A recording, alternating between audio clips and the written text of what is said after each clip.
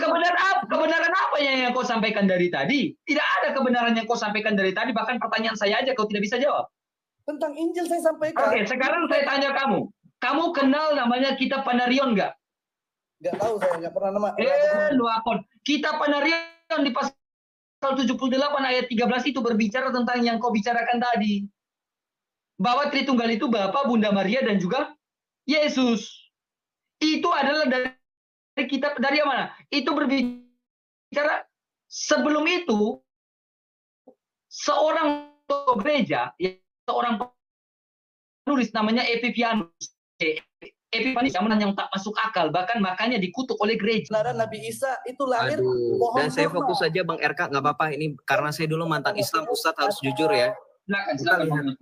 Ini Injil Barnabas, Bang. Injil Barnabas ini baru ada di abad 15. Ini sudah basi. Kenapa Injil Barnabas tidak? Injil Barnabas itu ditulis dalam bahasa Itali. Nih, oleh polisi Turki. Pertanyaan saya, emang zamannya Yesus sudah ada bahasa Itali? Bang, come on. Jangan bahas sesuatu yang sudah basi. Sekarang kita...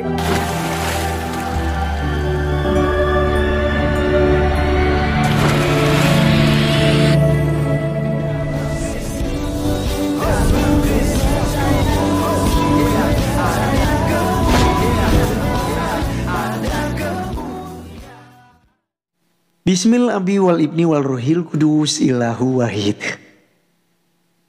Teman-teman sekalian, pada video kali ini seperti di cuplikan yang kalian lihat, itu adalah perdebatan apologet Kristen yang sangat luar biasa dan tentu cukup berani ya untuk melabrak keimanan daripada umat Islam yang tentu saja teman-teman sekalian banyak yang ngawur memahami imannya sendiri dan kitab sucinya, terlebih itu mereka gagal ya memahami tentang Isa Al-Masih ataupun Yesus Kristus yang selama ini mereka terus sama-samakan.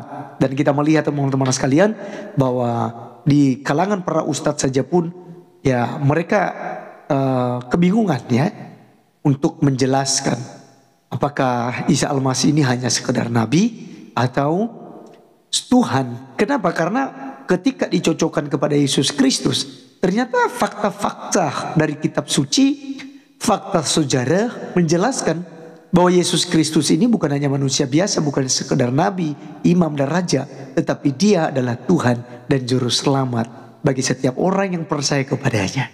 Nah, oleh karena itu sekalian, ini sangat menarik diskusi mereka. Mari kita langsung saja dengarkan berikut ini.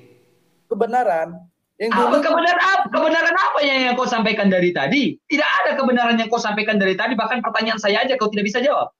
Tentang Injil saya sampaikan. Oke, sekarang saya tanya kamu. Kamu kenal namanya Kitab Panarion nggak? Nggak tahu, saya nggak pernah nama.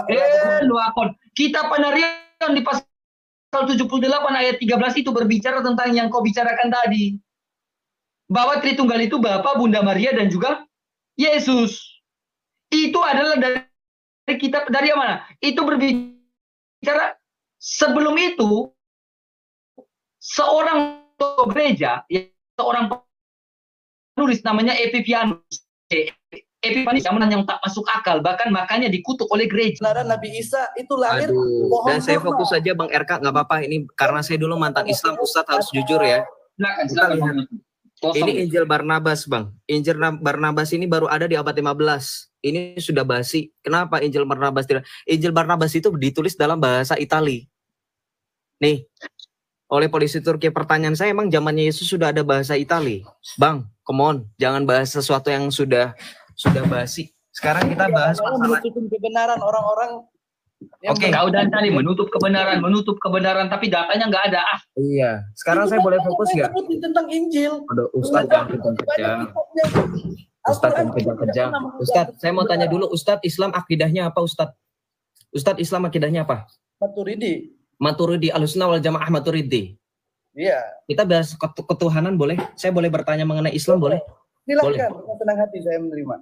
Oke, saya mau tanya Ustadz ya. Saya mau tanya Ustadz, kalau misalkan dalam Islam konsep ketuhanan itu dalam pemahamannya Maturidi apakah sama dengan Abul Hasan Al-Asy'ari? Sama. Sama dalam hal apa? Boleh dispesifikan? Tentang wujud, sifatnya Allah. Wujud sifatnya Allah. Berarti sifatnya Allah ada berapa? Sifatnya Allah ada 20.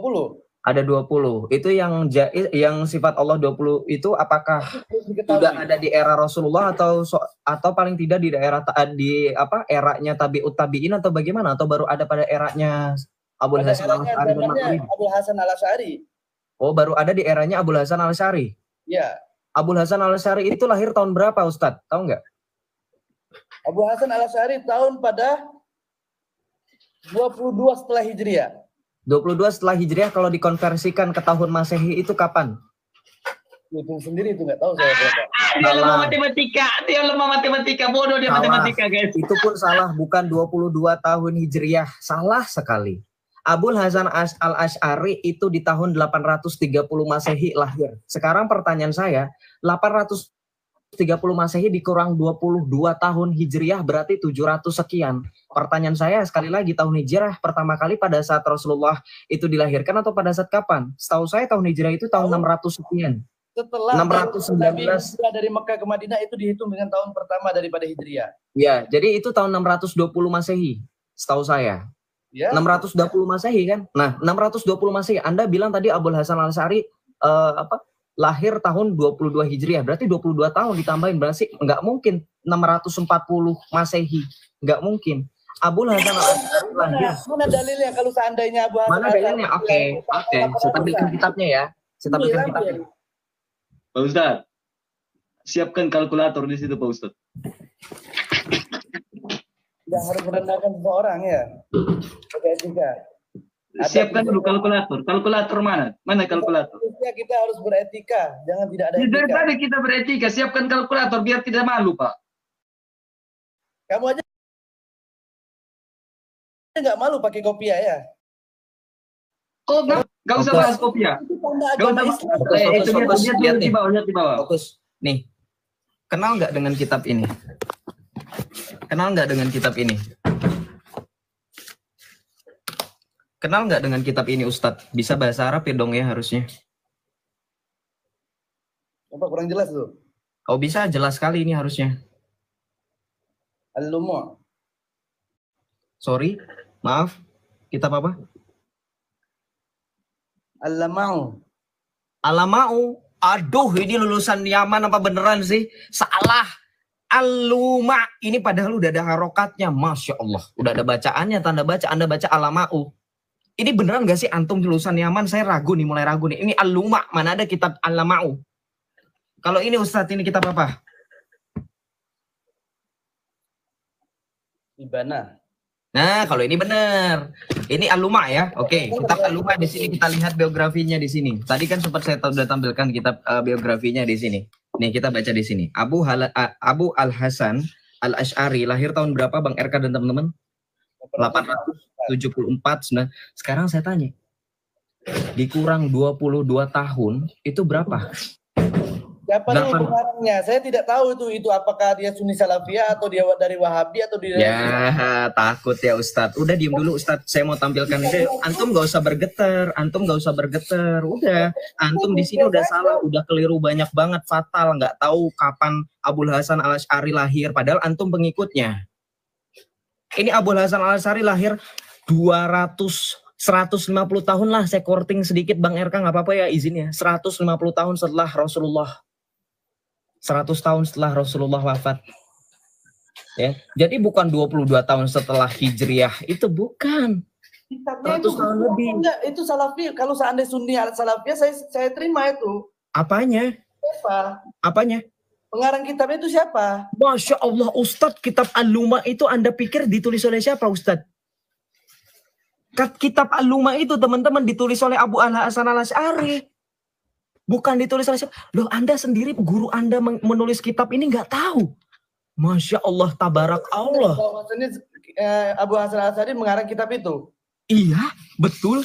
Nih, kita lihat di sini ya. Kitab Al-Luma ini dikatakan apa nih? Kitab Al-Luma, baca.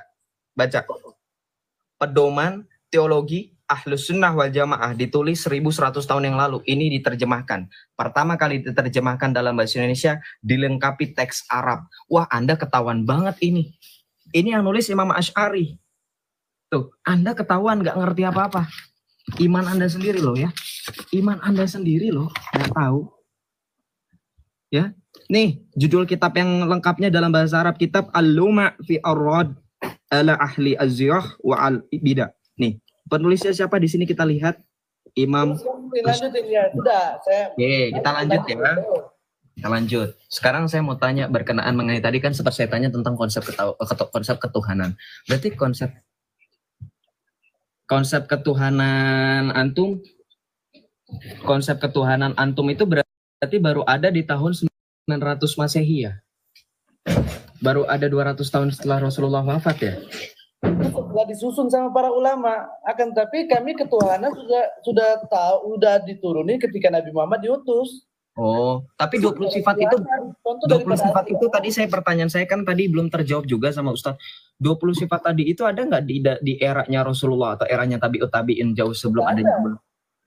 Ada? Tidak ada. Oh, di mana dalilnya? Di Al-Quran. Oh, di mana? Al-Quran mana? Surah berapa? Ayat berapa? Surah apa? Ayat berapa? Karena itu berbeda-beda. Ada di surah ini, ada di surah ini. Semua. Ya nggak apa-apa, sebutin aja. Satu juga nggak apa-apa. Saya tadi diminta dalilnya, saya langsung siap sedia, Ustadz. Mereka menyusun. Ya nggak apa-apa. Dalilnya di mana? Sebutin salah satu aja. Ada sifat mustahil, ada sifat jaiz. Ya, sebutin salah satu aja. Salah satu apa? Ya satu aja, saya minta satu dari sekian banyak itu. Saya tadi diminta mana dalilnya, saya langsung siap kok. Nih, siap. Wah, cari Google dulu ini. Lulusan Yaman ini, apa yang diharapkan? Masa lulusan Yaman pakai teknologi Yahudi, bro? Teknologi Yahudi itu kafir loh. Kamu pakai Google untuk mencari firman Allah. Ya Allah, turun juga dia benar. Dari tadi yang kutip Al-Quran itu malah oten. Loncat deh. Luar. Oke, teman-teman sekalian, itulah yang kita sudah dengarkan bersama, dan kalian bisa menilai di sini bahwa mereka itu hanya pandai bersilat lidah, pandai untuk mengkritisi Alkitab, tapi mereka tidak mengerti kitab suci mereka sendiri. Tadi kan ini seorang ustadz loh teman-teman sekalian, lulusan dari Yaman, tapi kan blow on ya. Benar-benar nggak paham tentang kitab sucinya sendiri, bahkan gurunya dia nggak kenal begitu ya. Jadi memang miris ya kita melihat para polemikus seperti begini, tapi ya memang itu kenyataan teman-teman sekalian. Oleh itulah sebabnya kita ini disuruh, diperintahkan oleh Tuhan untuk tetap memberitakan kebenaran, sekalipun sulit, pahit ya, terancam nyawa kita, bahkan ya bisa kita dibunuh ya. Bukan 1-2 orang saja. Orang-orang Kristen yang kemudian dieksekusi. Gara-gara apa? Gara-gara memberitakan tentang Yesus Kristus. Tapi ingat teman-teman sekalian, jangan takut kepada mereka yang hanya bisa membunuh tubuh, tapi tidak berkuasa untuk membunuh jiwa dan roh kita. Sebab itu adalah milik Allah. Ya, jadi percaya kepada Tuhan Yesus Kristus, sebab dialah jalan menuju kepada sorga. Jangan ikut nabi yang mati lalu tinggal di kuburan sampai sekarang, tapi ikutlah Yesus Kristus. Sekalipun dia mati tapi dia bangkit, lalu dia sekarang ada di sorga. Dia tetap hidup untuk selama-lamanya, sebab dia adalah Allah pencipta langit dan bumi yang menyiapkan tempat bagi kita. Maka di akhirat ya, ketika dia datang kembali, dia akan menjemput kita, dia akan membawa kita ke tempat di mana dia berada. Oleh karena itu teman-teman sekalian, biarlah video kali ini boleh memberkati teman-teman semua, dan silakan tulis komentar di kolom komentar apapun yang teman-teman tulis, silakan untuk mengomentari video tersebut. Sekian, sampai ketemu di video berikutnya. God bless you all.